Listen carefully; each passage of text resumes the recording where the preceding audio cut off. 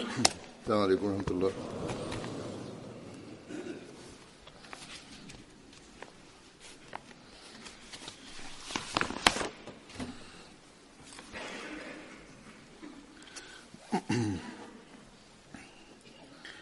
أشهد أن لا إله إلا الله وحده لا شريك له وأشهد أن محمدا عبده ورسوله أما بعد فأعوذ بالله من الشيطان الرجيم بسم الله الرحمن الرحيم الحمد لله رب العالمين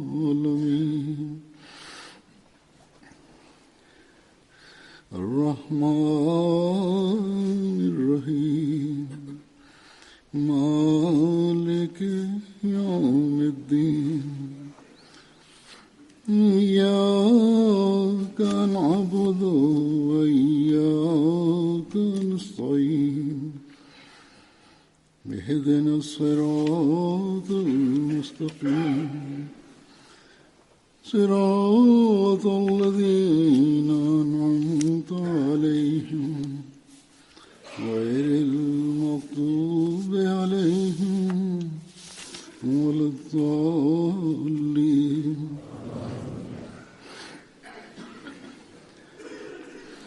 يا أيها الذين آمنوا كونوا قوامين بالقسط شهداء لله ولو على أنفسكم أو الوالدين والأقربين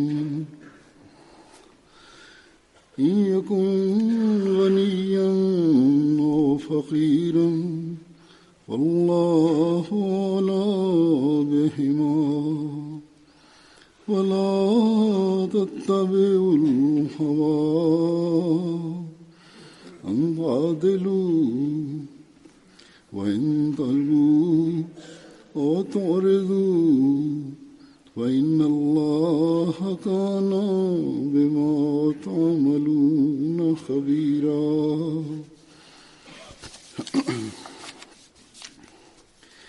يا أيها الذين آمنوا كونوا قوامين لله شهداء بالقسط ولا يجرمنكم شنآن قوم على ألا تعدلوا اعدلوا وأقرب للتقوى واتقوا الله إن الله خبير بما تعملون.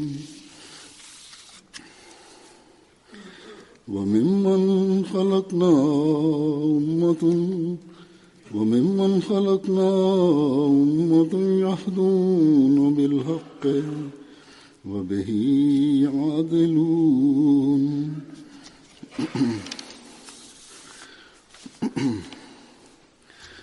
अल्लाह ताला ने जिस तरह Rahim Huzur kaže da Allah dželešanuhu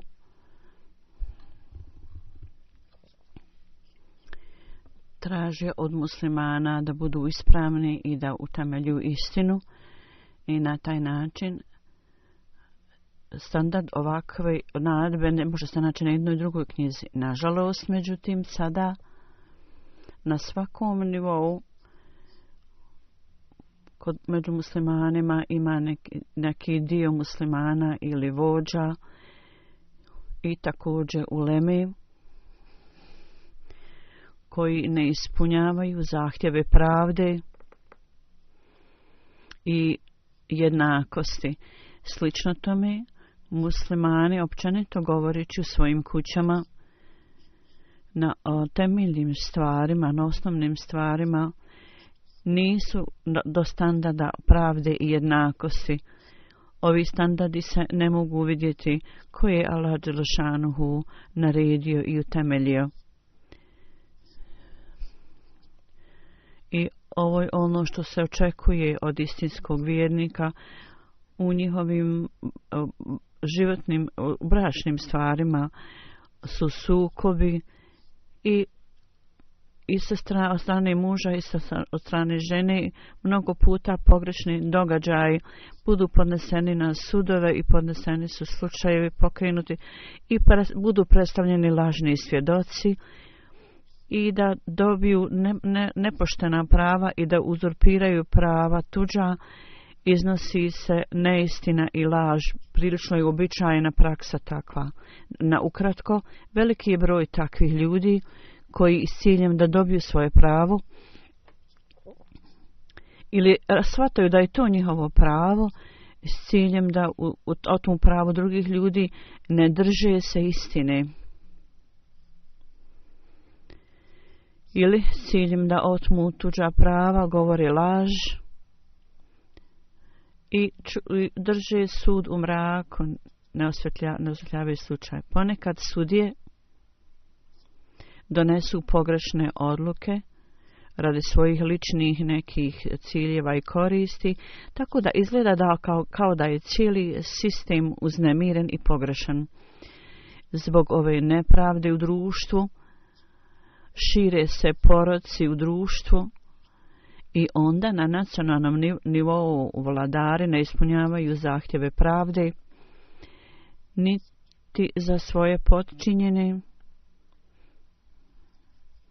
niti ispunjavaju zahtjeve pravde za njih, niti u vezama sa drugim zemljama, odnosno s drugim zemljama ne ispunjavaju zahtjeve pravde. Ulema, ovi ljudi su okrenuli religiju da ostvaruju svoje lične koristi, dok je tvrdnja muslimana, oni kažu mi smo najbolji narod. I Islam predstavlja najbolje rješenje za sve svjetske probleme. Sigurno muslimani jesu najbolji ummet ako slijedi naredbe Allahove i učenja koja su data u časnom Koranu. Ako postupaju prema tome u skladu s tim, onda zasigurno je Islam religija koja daje rješenje za sve probleme u svijetu, pod uvjetom da ljudi utemeljuju pravdu i ispravnost i bogobojaznost. Ovi ajeti koji sam ja proučio, uzor kaže, one su iz 3 različite sure, Nisa, Maida i Al-Araf. Prvi ajet je iz sure Al-Nisa, prevod ovog ajeta glasi: ovi ljudi koji vjerujete, budite svjedoci radi Allaha i tvrdite istinu na najbolji način, čak ako treba služite protiv sebe ili protiv svojih bližnjih ili roditelja ili rodbine, bilo da ste to siromašni ili bogati. Allah je staratelj nad njima, zato nemojte slijediti svoje želje. Možda činjeći tako ćete se udaljiti od ispravnog puta i pravde. Ako tako činite, ako se udaljite od ispravnog puta, onda je Allah u potpunosti upoznat i upoznat o onom što radite. Ovo je naredba, uzor kaže, u pogledu utemeljenja standarda pravde. Može biti to bračni stvari ili društveni stvar. Kakvo god stanje da je, kakva god da je situacija, pravda i jednakost, morate se držati ovih vrijednosti. Ovo je naredba za vjernike da radi Allaha i u skladu sa Allahovim naredbama vjernici, mumini moraju dati su istinsko svjedočenje i ovo može biti samo urađeno u slučaju kad oni imaju punu vjeru u Allaha i standard njihove vjere je najvišeg reda i vrlo snažan. O ovoj stvari čovjek je čvrsto utemeljen da kakvo god stanje mi dođe, on zna da mora čvrsto da se drži vrijednosti pravde. I ova snaga samo bude stvorena kada osoba ima takvu jačinu vjere i iskušavana mu je ta jakost kad treba onda svjedoči protiv svoje žene ili djeci, protiv roditelja ili bilo kog, ako se traži, ako bude potrebno, on treba da bude spreman da dadne svjedočenje čak protiv bliske rodbine. On kaže, ako budete slijedili svoje želje, ako budete slijedili svoje želje, ćete se udaljiti od pravde. U društvu danas je mnogo problema. Oni su zbog činjenice da standard pravde i jednakosti nisu u redu onako kako Allah zahtjeva to od vjernika. Oni uvrću vlastite izjave. To je vrlo uobičajeno. Izvrću svoje izjave. I najtužnija je stvar da ponekad neki ljudi između nas zbog uticaja svijeta oko njih i svjetovnih stvari, uprkos činjenici da su dali zavjet na ruci obećanog Mesija alejhi selama, one ponekad čini takve stvari i tada daju takvo svjedočenje koje je protiv činjenica, protiv istine. Allah dželle šanhu kaže bilo da će se ruče nanijeti štetu vama i vašim roditeljima, čak nikad nemojte reći nešto što je uvrnuto, izokrenuto. Ili da možda neko stekne dojam da s ciljem da sakrijete činjenice da ste vi uvrnuli svoju izjavu. Uvijek dajte istinsko svjedočenje. I ne smije biti osjećanje kod vas da izbjegavate istinsko svjedočenje. Mi vidimo ove stvari mnogo puta, jako je mnogo slučajeva i u diskusiji našeg odbora kadija, oni ne predstavljaju istinski stvari. U stvarima uzimanja zajma i u poslovima mi vidimo da su činjenice skrivene, da se ljudi skrivaju činjenice i neki ljudi koji imaju religijsko znanje i oni koji su otišli naprijed u služenju religiji, one ponekad čine takve stvari i čovjek bude iznenađen da čak ove stvari mogu uraditi takve stvari, da ovakvi ljudi mogu uraditi takve stvari.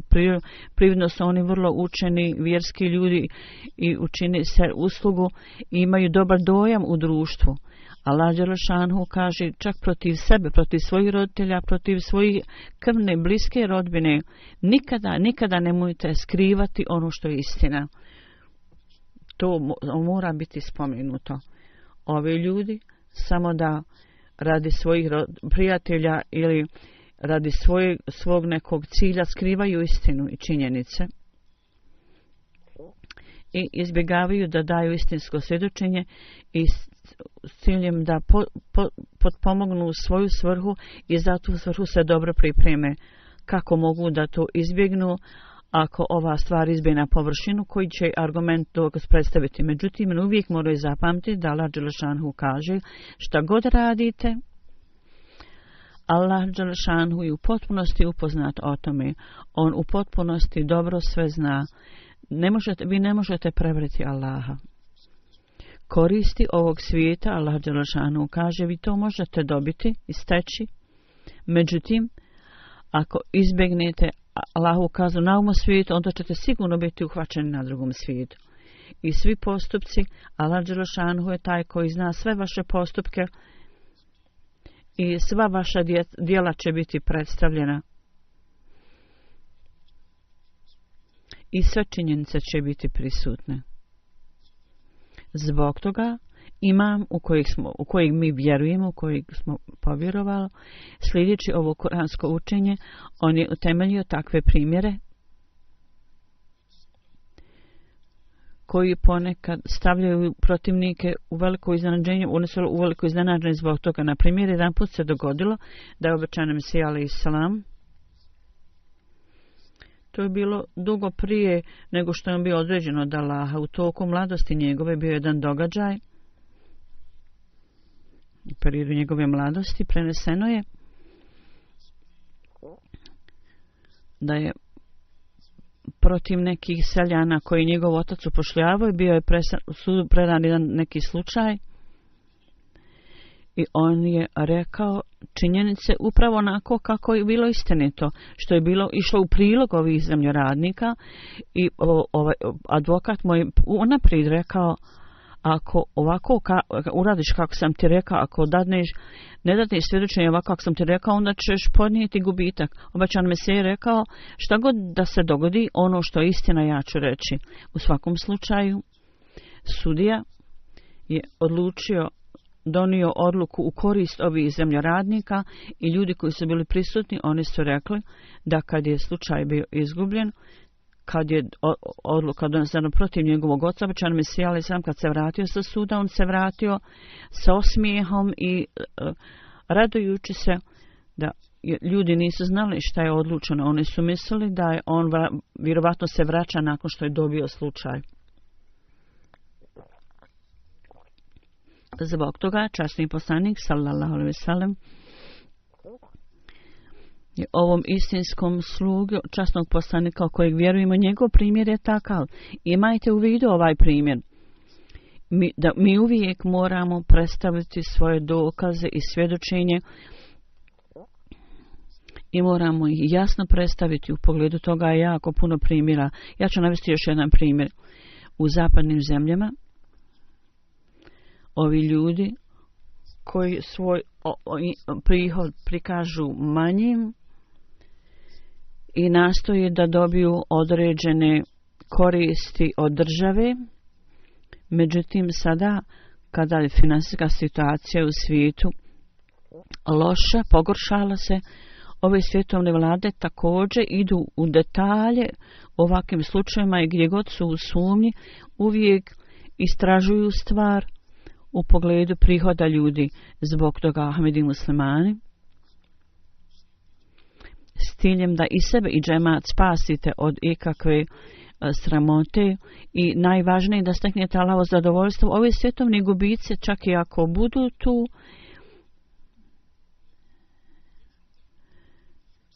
trebate to zanemariti ako je vaša namjera ispravna i radi Allaha.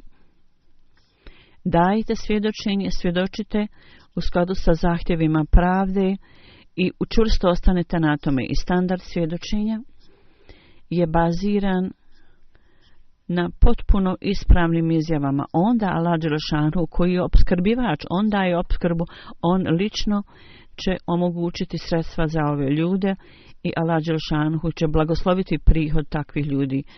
Zato svaki put mi moramo nastaviti da posmatramo sebe detaljno. Ako to ne uradimo, onda neće biti mira u kući.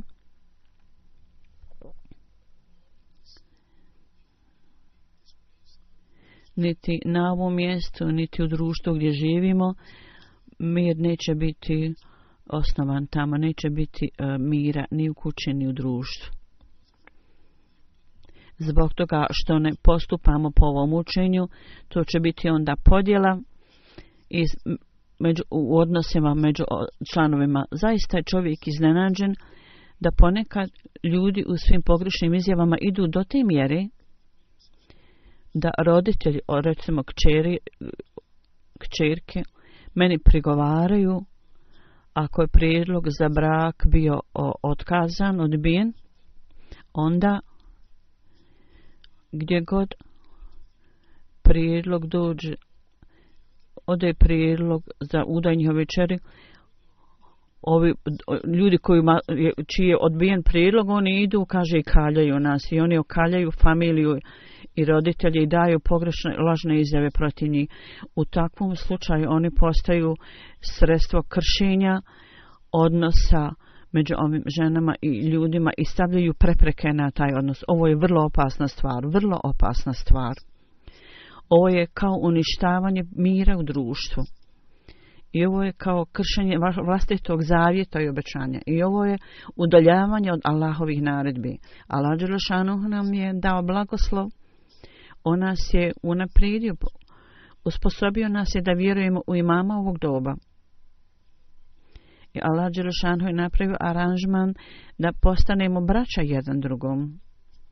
Treba da bude bratstvo među vama. Ako lični neke ostvarenje da dozvolite svoja oholost ili da ispoljite neku zlobu prema ljudima i da se osvetite ljudima, ako tako činite za ovu svrhu, ako idete do te mjere, da iako izuzmete strah od Allaha od njihovog srca, ako je neko pogrešio,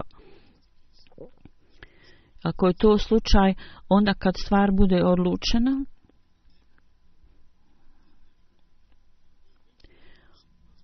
onda se udaljite od osobe koja pogriješa protiv vas. Međutim, Allah koji zna sve, koji je znalac svega, ostavite stvar u rukama Allaha, prepustite Allahu stvar. I ovo je stvar vrlo dobra za ljude. Najbolja stvar je da prepustite stvar Allahu. Onda u društvu pravda i jednakost, ciljem da utemeljimo ove stvari, Allah je naredio vjernicima da ako je vaša vlastita stvar u pitanju, ako odete izvan, ako hoćete da utemeljite mir, da osnovite mir, ne samo broj muslimanima, nego da utemeljite takve standarde čak u ophođenju sa nemuslimanima, ako ne utemeljite ove standarde pravde, čak u odnosu sa nemuslimanima, onda vi ne slijedite put bogobojaznosti i ispravnosti. U suri Maida, ajet broj 9 je tu.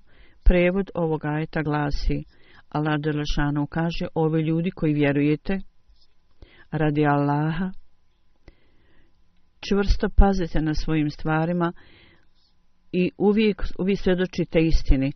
I neprijateljstvo nekog naroda ne smije vas postaći navesti da činite nepravdu. Činite pravdu, jer to je najbliže bogobojaznosti. Imajte strah od Allaha. Zaista, Allah u potpunosti zna ono što vi radite. Ponekad postoji neke religijska neprijateljstva i zbog toga sljedbenici drugih religija urade nešto protiv muslimana. U takvim slučajevima nije način i put muslimana, ako su nemuslimani učinili nešto pogrešno, da se mi sada njima svetimo. U pogledu toga Hazreti Kalifatul Mesih prvi jedan put spomenuo u svom govoru, na primjer, u to doba Arija ljudi su pogrešno tretirali muslimane i mučili i izbacivali iz posla. I tako da nije pravo muslimana da se osveti tim ljudima. Tada treba da postupamo prema Allahovim naredbama, kako je Allah naredio. Nije put i način vjernika da on čini nešto što nije utemeljenje pravde. Naša dužnost je da utemeljimo pravdu i da budemo bogobojazni i ispravni, da prepustimo stvar Allahu koji u potpunosti zna sve. On je upoznat o svemu. Dužnost istinskog vjernika je i naredba Allahova je da treba da se čvrsto držimo ovih naredbi i ne smije biti ni tačkice nebrige i nemara i da zaboravite ovu stvar. I treba da pokazujete primjere istinskih muslimana.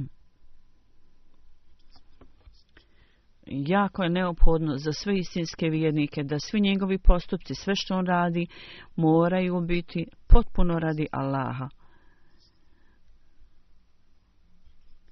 Ovo je uputa za muslimane i ovo pokazuje to što smo rekli. I biti istinski svjedok, istinski svjedočiti znači postupati prema islamskim učenjima i da to slijedite na takav način da vaši postupci i vaši praktični primjeri za druge ljude i za društvo da postanete kao uloga, kao primjer, dobar primjer za druge nacije i druge ljude. Sada u ovo vrijeme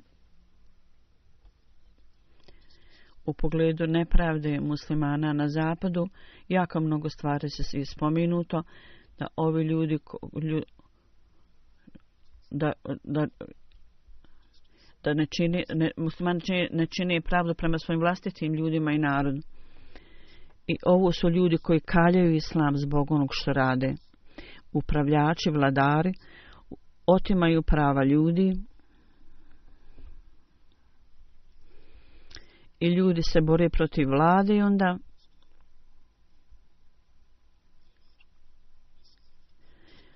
i zatim mjesta poslije toga i gradovi su jedan protiv druga, uništavaju mir i ubijaju vlastite ljude, vlastiti narod. I u drugim zemljama također čini određene stvari koje su potpuno nedozvoljene. I njihova vlastita nepravda, u svojoj nepravdi on nastoji da to opravdaju govoreći ovi ljudi ubijaju naše ljude, zapadnjaci ubijaju naše ljude i zbog toga mi također imamo pravo da njih ubijamo. Dok je činjenica međutim da muslimani u mnogim slučajevima čak muslimani ubijaju muslimane. Nema sumnje da oni dobivaju pomoć od nemuslimana. Nedavno je bio novi plan terorista, vezano za jednog teroristu, to je isplovalo na površinu. Oni koji su stalno napadaju, oni su rekli, mi ćemo sada napadati djecu u zapadnim zemljama. Mi ćemo ubiti djecu pred očima njihovih roditelja. Zato što avioni zapadnih zemalja ubijaju našu zemlju, našu djecu i uništavaju naše stanovništvo. Ova aktivnost je učinjena na odobravanje muslimanskih upravljača. Tako jedno neprijateljstvo rađa drugo i prema djeci i to nema kraja. Allah dželešanu kaže čak neprijateljstvo jednog naroda ne smije vas navesti da idete do takve mjere da činite nepravdu. Zahtjevi pravde treba uvijek da ispunjavate. I zbog toga nepravda se povećava i raste jer zahtjevi pravde nisu ispunjeni.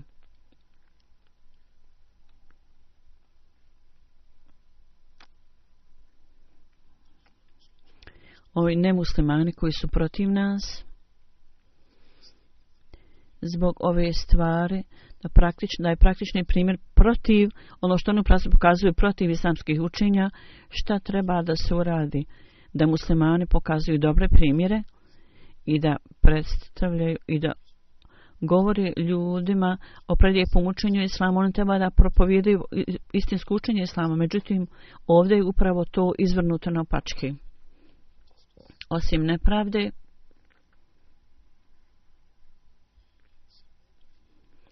u potporu islama,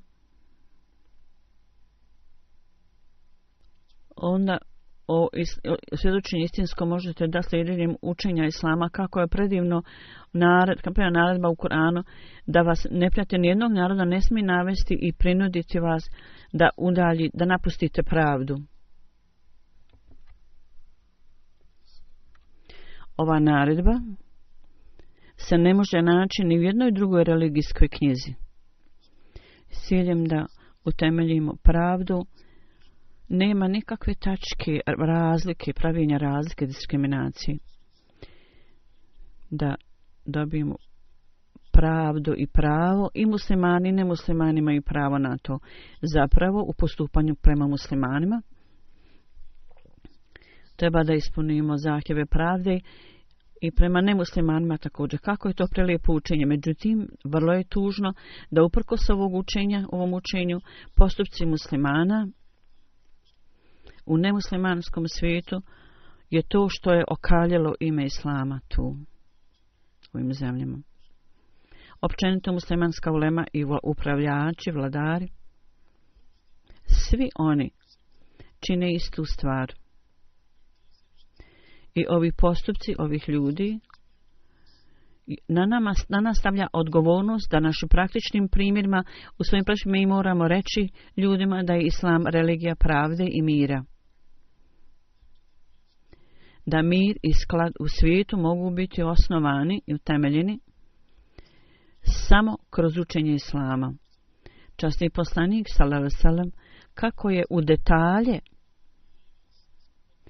on tražio od svoje ashaba da postupaju prema ovom učenju. Jedan primjer ću ja navesti. Jedan put je časni poslanik sallallahu alejhi ve sellem s ciljem da dobije neka obavijesti. On je poslao jednog ashaba u Mekiju. Stanje muslimanja je bilo takvo da su bili vrlo radoznali i cijelo vrijeme je postojala opasnost da će nemuslimani, izvinjavam se, stanje muslimana je bilo vrlo tužno i opasno i svaki put postojala opasnost da nemuslimani dođu i da ih povrijede. U jednoj oblasti tamo su bili neprijatelji, oni tamo živjeli. Kaže, mi smo svjedoci sada toga, bili su svjedoci toga da su oni neprijatelji muslimana i kaže, oni mogu doći u Meku i ubiti nas. S ovim razmišljanjem, svakim razmišljanjem ovi ashabi, oni su to posmatrali, vidjeli su i nekoliko ljudi ih je otkrilo i da ih ne bi dalje otkrili ljudima, oni su ubili 2-3 ljudi.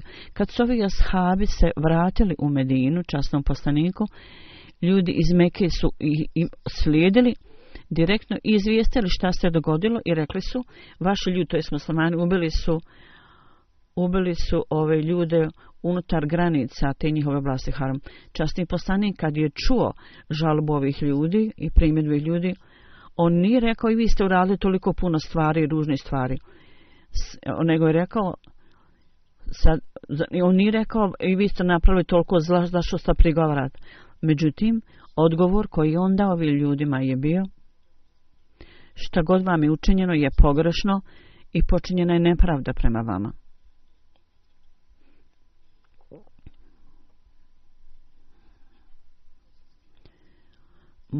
Može biti da u toj oblasti Hrm možda nisu ljudi sebe obranili kako treba, tako da časni poslanik je rekao i vi imate pravo na krvarinu da vam se plati i ljudima je to plaćeno. To je bilo običaj u to vrijeme. Tako on je također uprekorio ove ashabi i rekao, uradili ste vrlo pogrešnu stvar. Još jednom događaju u toku bitke greškom ubijena je jedna žena, greškom jednog ashaba. Kad je časni poslanik saznao ovome, bio je vrlo ljut i preneseno je da je kao znak ljutnje je bio tako očit na njegovom licu koju nikada nisu prije vidjeli. I ovaj ashab je rekao da je to bilo greško, međutim uprkos te činjenice časni poslanik je bio jako uznemiren i ljut. I onda on je prekorio ovoga ashaba i kako je u drugom slučaju odlučio između džuj i muslimana. U jednom slučaju bilo je nekoliko dirhemi koje je musliman bio dužan Jevreju i došlo je vrijeme da vrati, nije vratio, onda je došao časnom poslaniku i pregovarao i rekao, ovaj čovjek uzeo od mene zajam od 4 dirhme i nije vratio. Časni poslanik sallallahu alejhi ve sellem je pozvao ovog ashaba, njegovo ime je bio Abdullah, i tražio od njega i rekao mu, vrati sve što si dužan ovom Jevreju. Abdullah rekao je, to jeste istina, ja potpuno uopšte nisam u stanju da to platim, ja znam da treba da platim, ali ne mogu platiti to sada. Onda je časni poslanik tražio od ashaba, ponovo pitao ga i rekao, plati ovaj dug.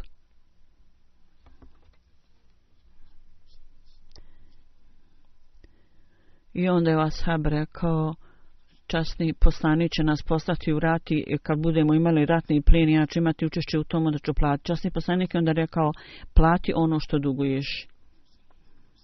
Časni poslanik, sallallahu alejhi ve sellem, kad je nešto rekao 3 puta, onda se to uzimalo kao konačna odluka. Onda je Hazreti Abdullah odmah otišao na pijacu.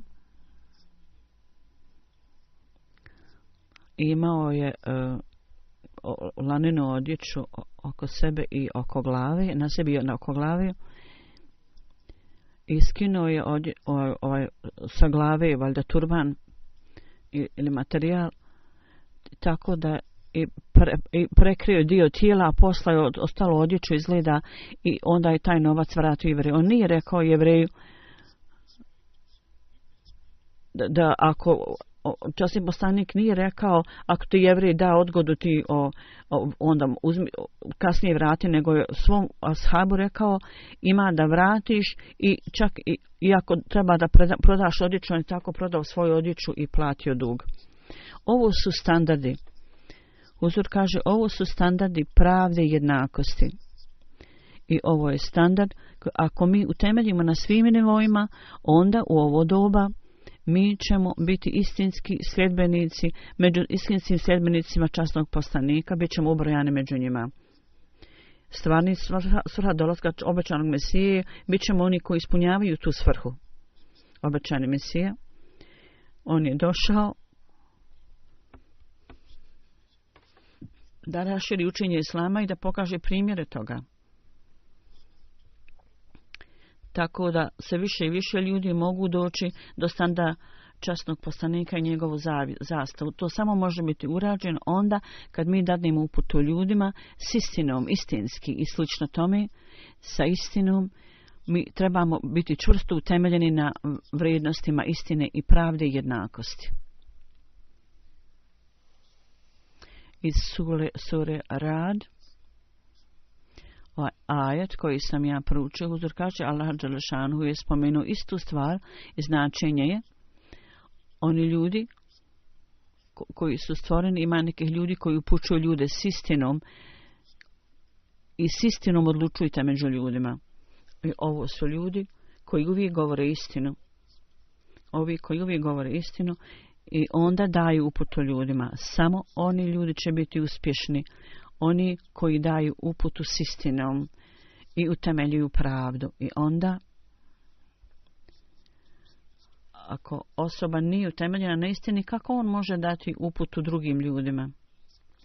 Ukoliko osoba sama lično nije utemeljena na istini, kako on može onda pokazati pravdu drugim ljudima i upućivati u pravdi?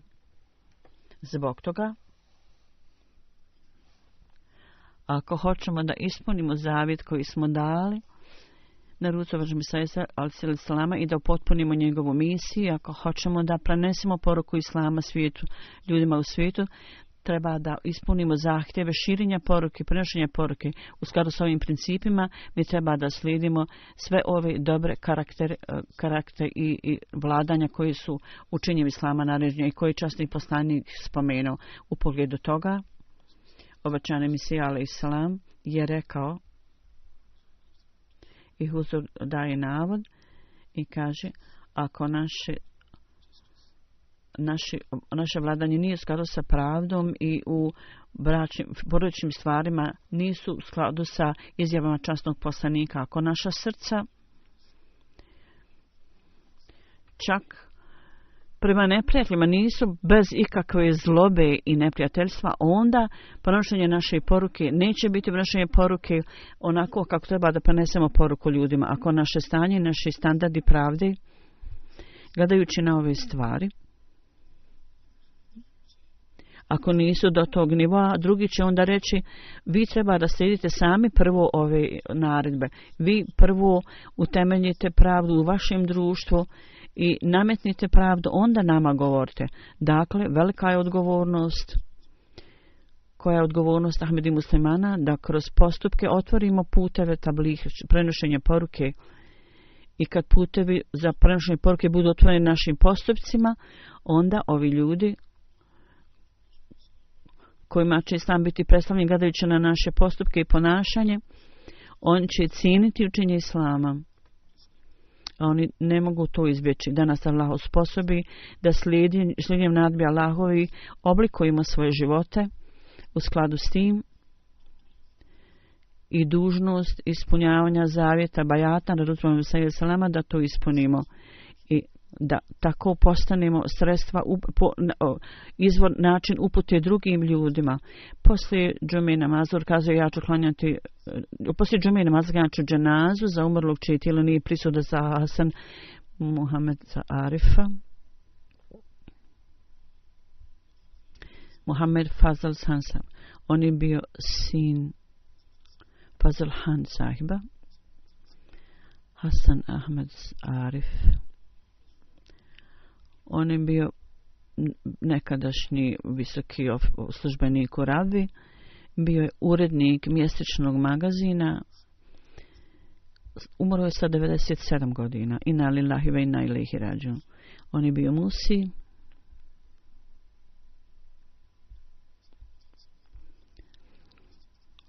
Te 26. januara 20. bio je rođen u Džalendru i njegov otac je dao zavjet bajata 1915. na rukama drugog halife. Njegov otac je služio 30 godina u vladinoj službi. Obavljao je poslove, bio je financijski savjetnik. Bio naklonjen širenju poruke i prenosio je poruku ljudima, Englezima.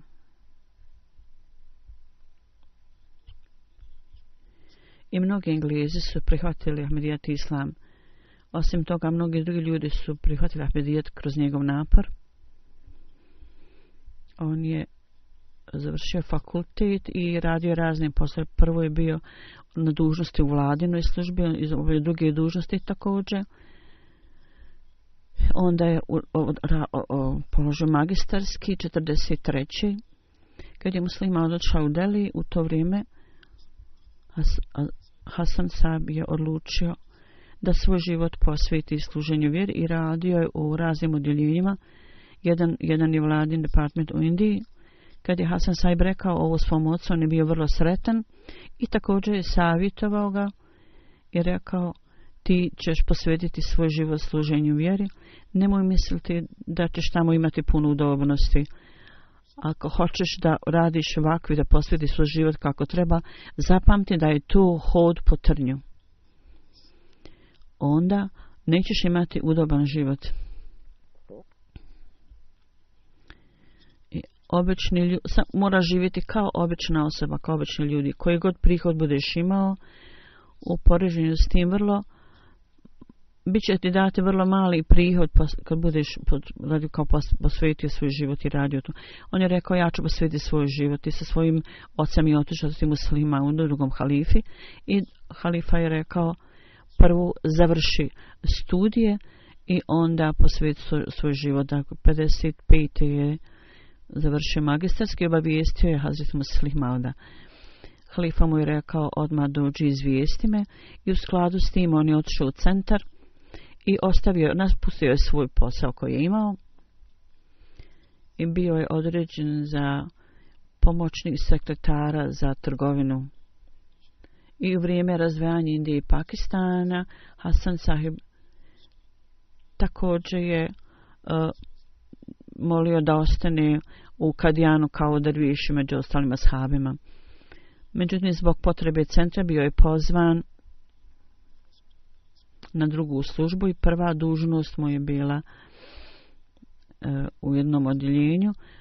Onda je bio na dužnosti Furkan Force, poslije u Vakalatu Tabšir 53. U vrijeme nemira u Punjabu.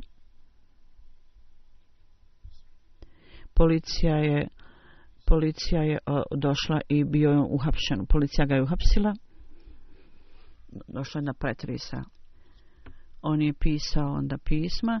U svakom slučaju nakon što je što je vojni zakon nametnut, on je bio oslobođen, tako da je on bio u zatvoru na Allahovom putu, bio je na dužnosti određenog odbora i onda je ponovo došao u Tabšir i služio kao zamjenik ovog glavnog 30 godina, glavnog na dužnosti. I također radio raznim drugim službama, privremeno. Također za rad, Vikilemal i druge službe je obavljao. 1981. se penzionisao i iselio se u Kanadu. U Kanadi je bio određen kao urednik Ahmedije gazete magazina. Počeo je tu raditi i 26 godina je obavljao ovu dužnost, ovu službu.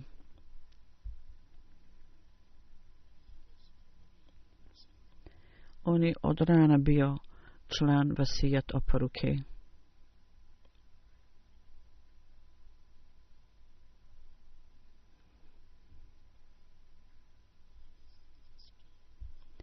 Bio je u prvoj liniji oni koji su se žrtvovali za Tahrike Džedid i napisao je knjigu na urdu jeziku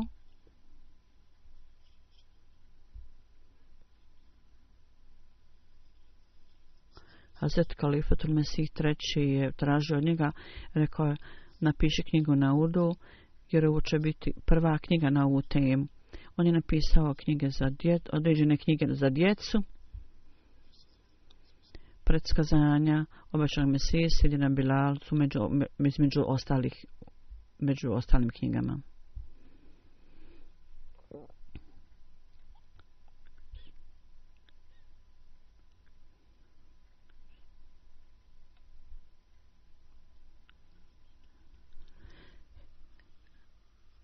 1924. se oženio. Dijete gospodina Farzi imao je 4 sina i 2 kćeri. Oni su svi u Americi i Kanadi. Njegova snaha kaže da je on obavljao tahadžud i namaz sa predanošću. Imao je vrlo blizak odnos sa institucijom halifata i poslije njegove smrti jako mnogo siročadi i hudovica ostalo koje je on pomagao na način koji niko nije ni znao. Ova gospođa kaže, mjesto gdje on živi jako je puno bolesnih ljudi i on je bio prijatelj ovih ljudi, družio se s njima.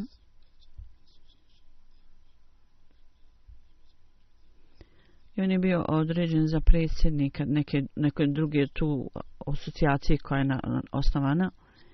Pošto on lično sam nije mogao voziti, ali uprkos toga je dolazio i klanjao je džuma namaz u Brampton. Morao je promijeniti 2-3 autobusa na putu do džamije. Zamjenik Amir Saba kaže, nakon dolaska u Kanadu, standard ovog magazina koji je bio urednik jako se popravio. On je poštovao i volio sve halife, bio je vrlo dobar primjer u tom pogledu. Huzur kaže, ja ga znam od djetinjstva, međutim, poslije hilafeta, njegov odnos se malo promijenio i iznenađujuća je bila promjena kod njega na početku, do kompjuter nije bio tu. On je onda dio pisao lično i onda je neko drugi to otkucao u Friday u hudbi petkom. On je to stalno kontrolisao nekoliko puta i nakon što bude potpuno zadovoljan onda je to dao. Imao je dosta znanja u islamskoj historiji i uvijek je čitao neku knjigu, uvijek je nešto proučavao, čitao je novine i iznošenje ashaba i to spomenuo u toku ovog njegovog perioda.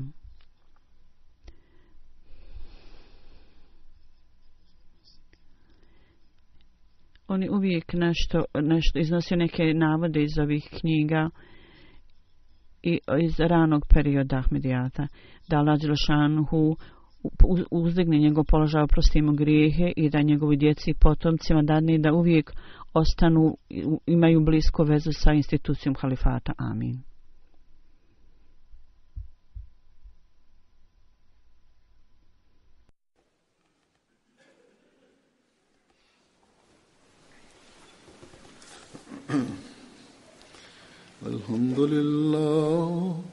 Alhamdulillah nahmaduhu wa nasta'inuhu wa nastaghfiruhu wa nu'minu bihi wa natawakkalu alayhi wa na'udhu billahi min shururi anfusina wa min sayyiati a'malina.